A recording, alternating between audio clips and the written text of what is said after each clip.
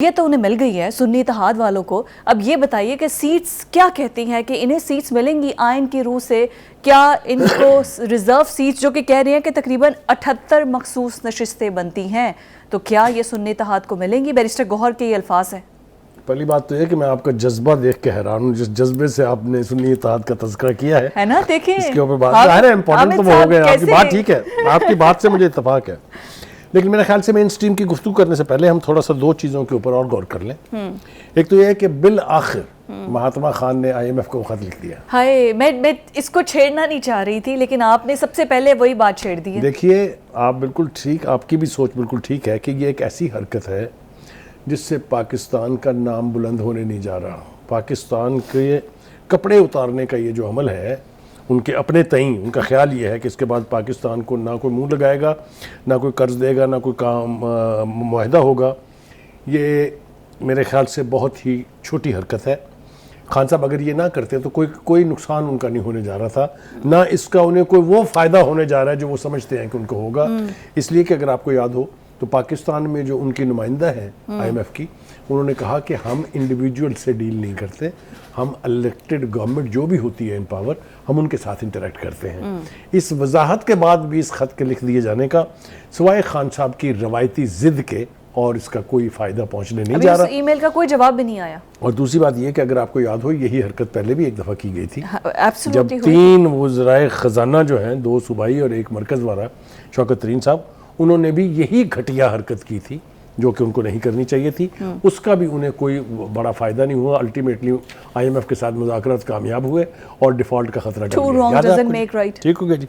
अब आगे आ जाइए जनाब, कौमी असम्बली का इजलास जो बड़ा कंट्रोवर्शियल था, वो बिलाखिर कल होने जा रहा है। कल इजलास हो रहा है जिसमें सबसे पहले तो अरकान सारे इलेक्टेड जो हैं वो हल्फ उठाएंगे और फिर उसके बाद speaker, deputy speaker, prime minister, सारे ये प्रोसेस चलेगा, शुरू हो जाएगा कल से। लेकिन ये अच्छी बात है कि एटलीस्ट इसको भी फोर्स स्टॉल करने की जितनी कोशिशें भी की गई थी, चाहे वो बयानात के जरिए थी, चाहे वो प्रेस कॉन्फ्रेंसेस के जरिए थी, चाहे वो अदालतों में जाके थी, चाहे वो इलेक्शन कमीशन पे प्रेशर डाल के थी, वो सारी नाकाम हो गई हैं। तो ये दो मैंने कहा बातें पहले हम कर लें, क्लियर कर दिया आपने। हाँ बिल्कुल। लेकिन अब वो जो लहक लहक के आपने बयान किया है सुन्नी इत्तेहाद वालों को, क्या उनको मैं कहती हूँ, पहली बात तो ये कि आपकी ये बात बिल्कुल दुरुस्त है। हाँ। उनको इतनी अहमियत मिलने का कभी तसव्वुर भी शायद उन्होंने नहीं किया होगा कि वो इतनी लाइमलाइट में हो जाएंगे कि PTI का जिक्र करने के लिए उनका जिक्र लाजमी मलजूम है।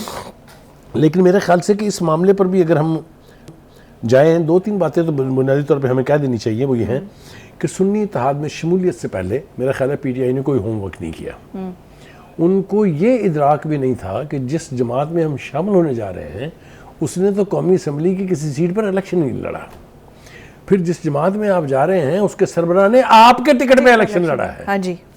लिहाजा वो तफसील तो हम बाद में जिक्र करेंगे कि उनका ना राइट बनता है सीटें मिलने का और ना ही उनको मिलने जा रही है। फैसला जो भी हो, खत वाला मामला भी बड़ा इंपॉर्टेंट है। अभी उस पर ही आ जाते हैं, उस पर तफसील से जाते हैं। दूसरी बात ये कि ये जब इतनी सूरत हाल गंभीर और वल्नरेबल हो, तो मुझे आप ये बताइए कि मेन स्ट्रीम पॉलिटिकल पार्टी जो 4 साल इक़्तिदार में रही हो, वो इस तरह के लूप होल्स छोड़ के कैसे ये तसव्वुर कर सकती है कि उसको वो सब कुछ मिल जाएगा जिसकी उसे ज़रूरत और ख्वाहिश है।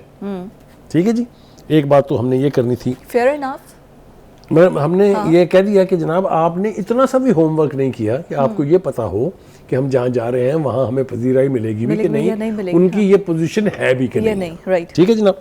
लेकिन ये कि इसको पूरी सूरत हाल को समझने के लिए मेरा ख्याल है थोड़ा सा पीछे हमें जाना पड़ेगा, और वो है कि जब से ये प्रोजेक्ट इमरान लॉन्च हुआ है उस वक्त के बाद से एक चीज़ बड़े भरपूर अंदाज में की गई, और वो है कि मुआशरे में तकसीम करके नफरत भरी जाए, जहनों में, रवैयों में और फिलॉसफी में।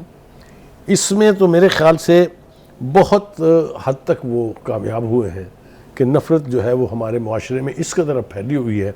इसकी तफसील में हम किसी और प्रोग्राम में जाएंगे। डिवीजन, हेट्रेड, प्रोपेगेंडा, कोई भी दूसरा प्रोजेक्ट इमरान का जो सबसे बड़ा मिशन था वो ये था कि जो मेन स्ट्रीम पॉलिटिकल पार्टीज हैं उनको चोर और डाकू साबित किया जाए। अच्छा। इसमें भी PTI लार्जली सक्सेसफुल थी क्योंकि उन्होंने पीपल्स पार्टी, MQM और नून लीग, उनकी लीडरशिप के बारे में जो कुछ किया और जो कुछ उन्होंने अपनी हुकूमत के दौरान जाली मुकदमे बना के साबित करने की कोशिश की, वो एक एक करके सारे वो फिजल कहते हो गए। केसेस उन पर थे, हमने क्या किया? वो तो केसेस पीपल्स पार्टी ने नून पे और नून ये ने वो पीपल्स पार्टी झूठ पे है, बनाए। ये वो झूठ है जो पीटीआई ठिठाई से बोलती है। मैंने पहले भी आपसे एक दफ़ा प्रोग्राम में अर्ज़ किया था कि कोई 20 to 25% एट द मैक्सिमम मुकदमे वो हो सकते हैं जो पहले से कायम हों, लेकिन वो भी प्रोजेक्ट इमरान के हिस्से के तौर पे यानी रजिस्टर किए गए थे। लेकिन 70+% मुकदमात की सारी इमरान खान साहब के दौर में, इमरान साहब की ज़ेरे क़यादत, इमरान साहब की हदायत पर वो मुकदमा दर्ज किए गए थे। अगर आपको याद हो, जो नैब के चेयरमैन थे जस्टिस इकबाल साहब, जस्टिस जावेद इकबाल साहब, उनका भी क्या हशर होने वाला है वो तो हम आने वाले दिनों में देखेंगे, इसलिए कि वो तैयबा बेगम टकर गई हैं उनको, वो ऑडियो उन्होंने बिलाखिर उनको मुझसे जो है उसके हाँ पेश करवा दी। दूसरी बात यह है कि जो नफरत के बीज बोए गए वो उसका मंतकी नतीजा ये है कि वो जो यूथ जिसको वो क्लेम करती है पीटीआई कि ये हमारा सबसे स्ट्रॉन्ग विंग है, वो अब किसी की बात सुनने के लिए तैयार नहीं है। उन्होंने मेन स्ट्रीम सियासतदानों को गाली देनी है, उनको अंडरना है, उनको जलील और रुसवा करना है। मौलाना फजल रहमान से तो बात करने को तैयार हो ही गए हैं। और मैं वहीं आ रहा हूँ। और दूसरी बात यह है कि वो यानी जितनी भी हदें होती हैं ना इखलाकियात की, वो सारी गुजर गए हुए हैं इस मुखालफत में। इसमें गालियाँ दी उन्होंने, नवाज शरीफ को गालियाँ दी उन्होंने, जरदारी साहब को।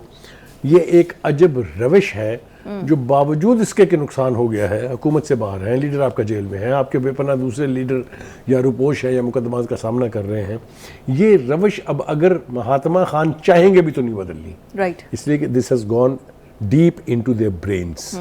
ठीक है जी। आप तो उन्हें हेडलेस कहते हैं, अब आप कह रहे हैं उनके deep into their brains. Absolutely, I tell you why. जो ब्रेन खाली होता है ना, जिसमें कोई मगज नहीं होता, उसी में चाहती हैं ऐसी चीज़ें, ये याद रखें आप। ठीक है, वो एक मिसाल है गांधी साहब की और जिन्ना साहब की, वो किसी और वक्त में आपको सुना दूंगा। अच्छा, सारी बातें आप और वक्त पे नहीं, मैं अभी सुना देता हूँ आपको कि वो चहलकदमी करते हुए जिन्ना साहब आ रहे थे, तो उन्होंने देखा कि गांधी साहब जो है चारपाई के साथ उल्टे लटके हुए हैं। अच्छा। यानी सर नीचे है और टांगे ऊपर है। तो उन्होंने कहा कि मिस्टर जिन्ना, आप ये वॉकशॉप करते हैं तो क्या इसका आपको फ़ायदा होता है? उन्होंने कहा इससे गर्दिश खून जो है ये जारी रहती है और सफ़र उस तरफ करती है जिस तरफ ना हो। आप लुटके हुए हैं क्योंकि आपके दिमाग में कुछ नहीं है, इसलिए आपका खून जो है वो सारा आपके दिमाग में जा रहा है। एनीवे, हैविंग सेड दिस, ये तो एक वो जिसको अच्छा लेटर वाले इशू पर आ जाए क्विकली, जी मैं आ रहा हूं लेटर वाले इशू पर। ये क्या मसला क्या है खत में? क्या खत हामिद साहब ने देखिए जनाब, पहली बात तो ये है कि हामिद रजा साहब को खुद भी ये याद रखना चाहिए कि उन्होंने क्या क्या किया हुआ है। उन्होंने नेशनल असेंबली ने जब खत लिखा उन्हें कि आप इलेक्शन हो रहा है, अगर आपकी कोई यानी डिमांड है, कोई लिस्ट है, अगर आप इजाफी सीटों के बारे में ख्वाहिशमंद हैं तो हमें उसकी लिस्ट मुहैया कर दीजिए। तो जनाब हामिद खान साहब ने जवाबी खत लिखा कि हम चूंकि इलेक्शन ही नहीं लड़ रहे हैं इसलिए हमारे सीटें लेने का तो सवाल ही नहीं पैदा होता। अब वो जो है वो इस खिफत को मिटाने के लिए कभी तो कह रहे हैं आप इसको फलां आर्टिकल के साथ पढ़ें, कभी आप कुछ कह रहे हैं, कभी आप कुछ कह रहे हैं। दूसरी बात यह कि जो आपने 78 नशिस्तों की बात की है, वही ये टोटल है पूरी असम्बलियों में 293 सीटें वो कहता है कानूनी तौर पर हमारे पास हैं जिन्होंने सुन्नी इत्तेहाद में शमूलियत अख्तियार कर ली है। लिहाजा बाई वर्च्यू ऑफ दिस हमारा 78 का हक बनता है, yes. और ये वहाँ हक बनता है जिसने लिख के दिया हुआ है कि हमारा कोई हक ही नहीं। लेकिन अब तो डेट्स चली गई हैं। लेकिन मेरा एक सवाल है, अगर ये डेट्स चली गई हैं तो बाकी तमाम जमातों ने भी जो लिख के दिया था वो भी तो डेट्स चली गई ना। जैसे MQM, नून लीग, ये सब पहुंची है और वो कह रहे हैं कि डिवाइड करके इनकी सीट्स भी हमें दे दे, लेकिन उन्होंने भी खत तो नहीं लिखा था। देखिए उन्होंने खत जो लिखे हुए थे वो सीटें उनको मिल चुकी हैं। हाँ, फेयर इनफ। ठीक है, अब जो इनकी मांग रहे हैं, अब इनकी नहीं मांग रहे हैं। वो ये कह रहे हैं कि अब इतनी सीटें मखसूस नशिस्तों की बाकी हैं, राइट, जिसके ऊपर कोई लेजिटिमेट पार्टी क्लेमेंट नहीं है, right. तो वो बटेंगी ना, क्योंकि हाउस तो पूरा होना है कि नहीं, कोरम तो पूरा करना है, हाउस तो फुल करना है। तो वो right. इसलिए वो कह नहीं रहे, बल्कि वो जेन्युइनली डिमांड कर रहे हैं कि इसको by virtue of our ratio हमें आप दे दें। आपको याद होगा हमने यहाँ अपने नाज़रीन को बताया था कि पहले ये 4.5 के हिसाब से फार्मूला तय हुआ, अब ये 3 के हिसाब से हो जाएगा। तो ऑब्वियसली सबकी सीटें जो है, जो सीटें ये डिमांड कर रहे हैं, ये अगर आपस में बढ़ जाती हैं तो हर पार्टी को उसका फायदा होगा। आप क्या समझते हैं क्विकली, अगर मैं आपसे वन लाइनर आंसर लूं, इलेक्शन कमीशन का मुतवक्की फैसला क्या हो सकता है? Seats reserve. मुश्किल सवाल आप इतनी आसानी से पूछ लेती हैं, बहरहाल मैं कोशिश करता हूँ। देखिए अगर तो फैसला इलेक्शन कमीशन ने मेरिट्स पर करना है, राइट, तो फिर तो ये सीटें नहीं मिलती इनको, राइट, ठीक है। और मुझे उम्मीद भी यही है कि इलेक्शन कमीशन जो है वो कोशिश करेगा कि मेरिट्स को मद्देनजर रखे। हाँ